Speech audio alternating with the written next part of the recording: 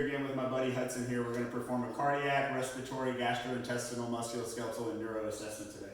So first I'm looking at his chest. I'm checking for any precordial activity. So I'm checking for any jugular vein distension, any bounding of that heart out of the chest that I can observe with just inspection, everything of that nature. So the next I'm going to assess for his pulses here. So I'm going to start with his radial pulses. Can I see your arms, buddy?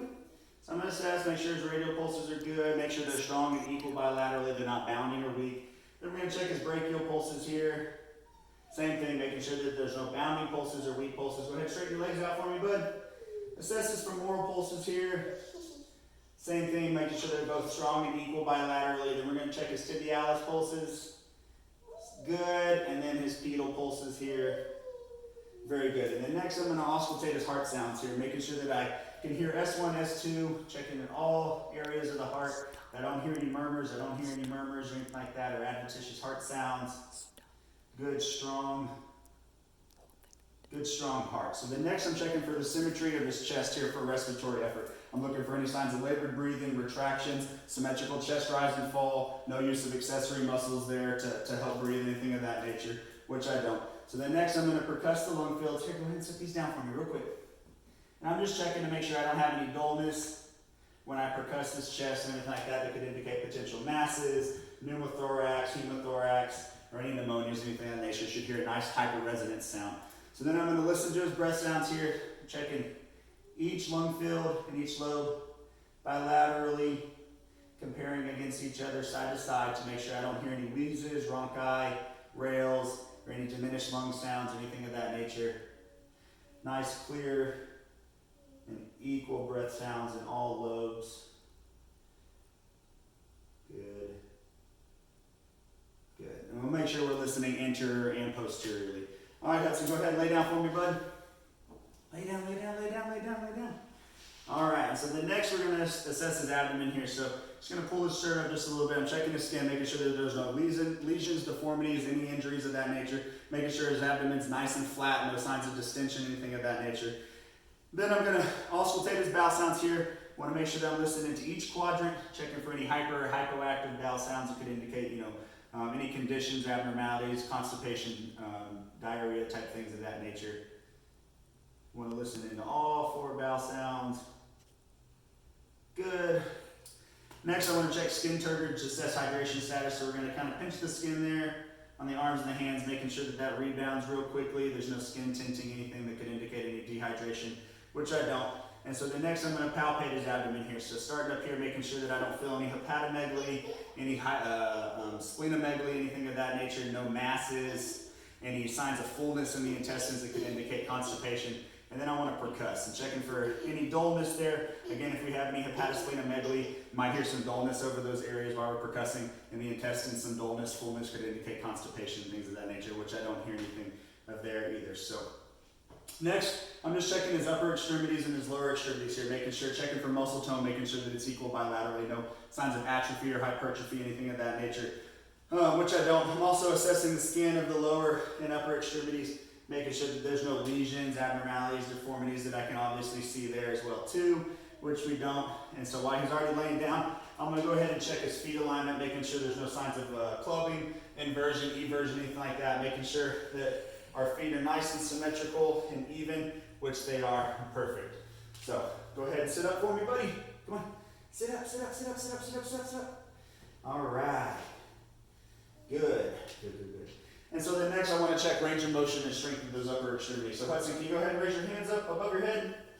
Raise them up, raise them up, raise them up. Awesome. Can you touch your shoulders? Just like this? Very good. Now can I see your hands? All right, can you pull my hands towards your face? Oh, so strong. All right, good. Stop. Don't fall down. Don't fall down. All right, now I want you to push against my hands. Try to push me in the face. Push, push, push, push, push.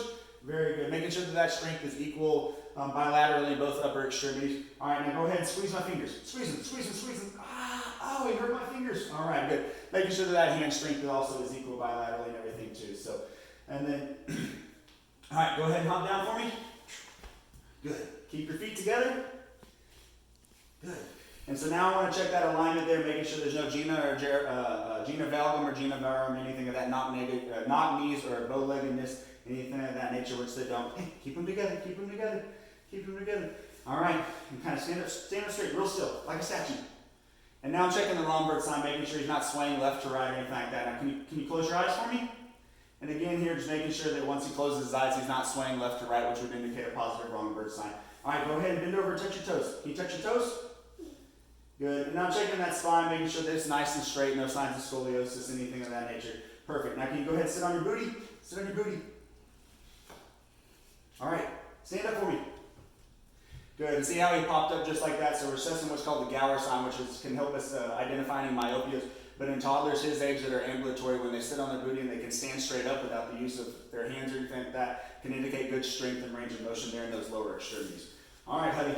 Almost done, bud. Go ahead and sit back down for me. All right, last thing. Here we go.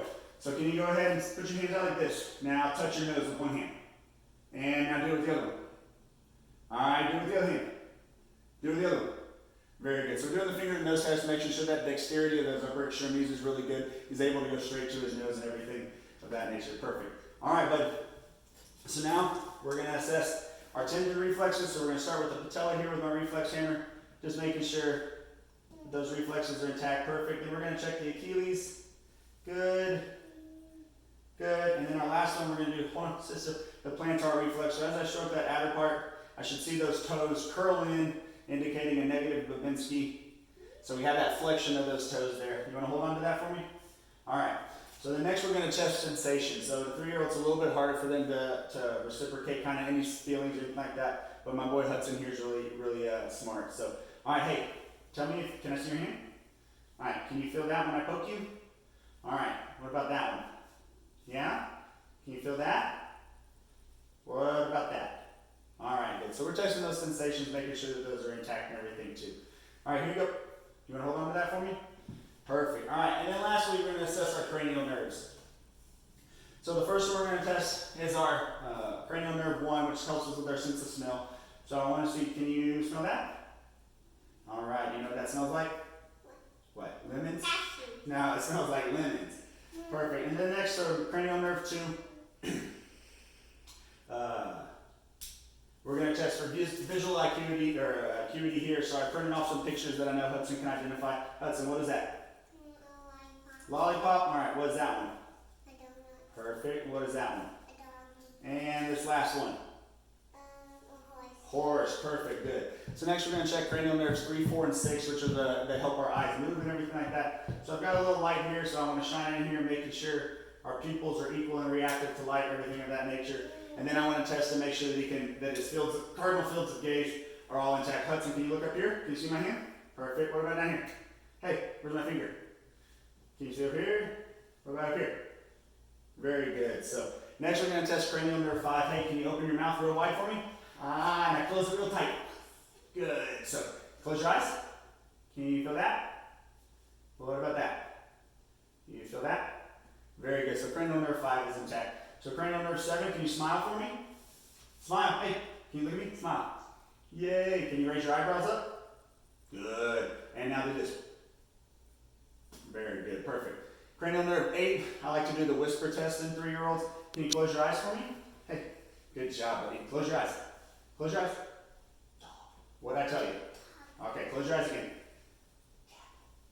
Cat. And then that way he can repeat what I just whispered into his ears both of it, so I can know that both of his ears are functioning properly. Cranial nerves 9 and 10 kind of go together. So Hudson, can you swallow for me? Can you go like this? Good. And I just want to make sure that swallow reflex is intact. And now can you open your mouth real wide and say, ah? Perfect. And so cranial nerves 9 and 10 are intact. All right, now last 2, okay? Can you shrug your shoulders to your ears? Perfect. And then last one, this one's really fun. Can you stick your tongue out? Perfect. So cranial nerves 11, making sure that he can raise his shoulders to his ears. And cranial nerve 12, they're sticking their tongues out. So and now that concludes our assessment. Thank you.